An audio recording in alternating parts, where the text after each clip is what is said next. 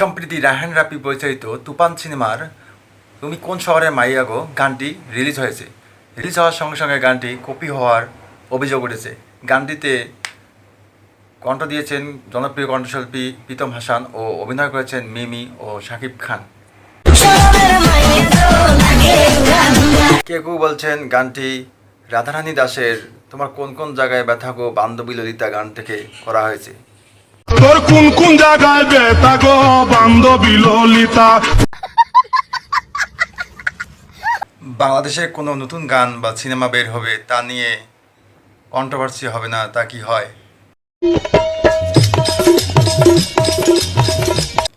তাহলে এবার বলুন এই গানটি কোন গানের কপি গান? Psych! That's the wrong number!